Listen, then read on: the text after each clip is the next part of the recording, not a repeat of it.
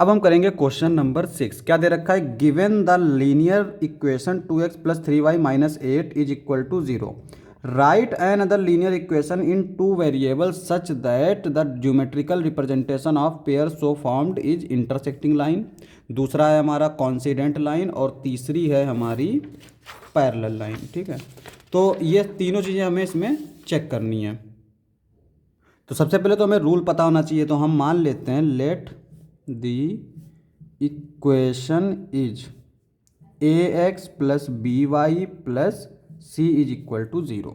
तो रूल क्या है कि अगर a1 अपॉन a2 इक्वल नहीं है b1 अपॉन b2 के, तो हम लोग बोलते हैं इंटरसेक्टिंग लाइन। इंटरसेक्टिंग लाइन, ठीक है।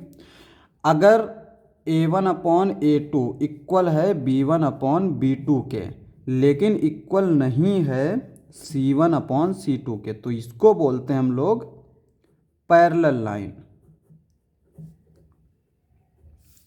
a1 अपॉन a2 इक्वल है b1 अपॉन b2 के, इक्वल है c1 अपॉन c2 के, तो इसको बोलते हैं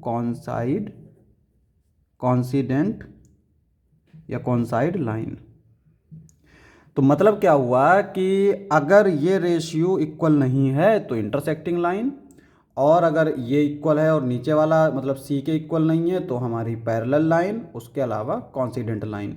तो इक्वेशन लिखनी है सिंपल। तो यहाँ पे हम देख सकते हैं, देखो 2 अपॉन मतलब ये है कि इसका रेशियो इक्वल नहीं आना चाहिए, तो रिक्वायर्ड लाइन लिखने का तरीका देखो।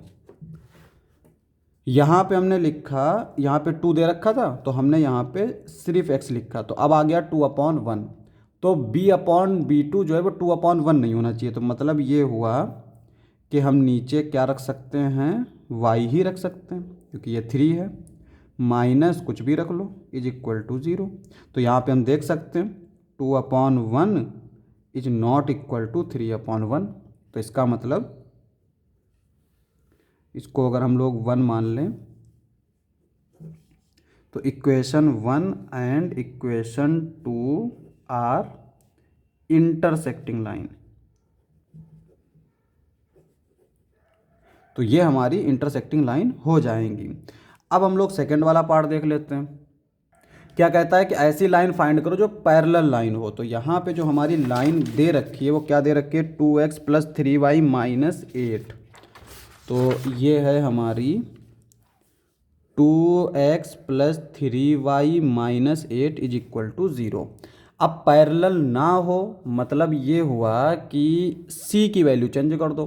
तो यहाँ पे लिख लो कुछ भी, रिक्वायर्ड लाइन, यहाँ पे 2x प्लस 3y प्लस 8 कर दो, केवल माइनस प्लस कर दो। ये हमारी क्या हो गई, both are parallel lines.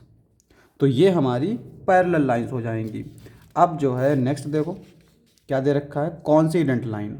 Coincident line मतलब सब कुछ इक्वल होना चाहिए। तो जो हमारी लाइन दे रखी है वो दे रखी है 2x plus 3y minus 8 is equal to 0।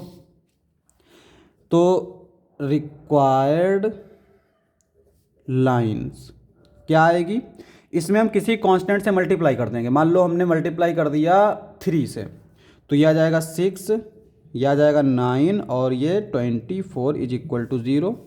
तो 1 2 equation 1 and equation 2 are coincident lines. तो ये हमारी कॉन्सिडेंट लाइंस हो जाएंगी।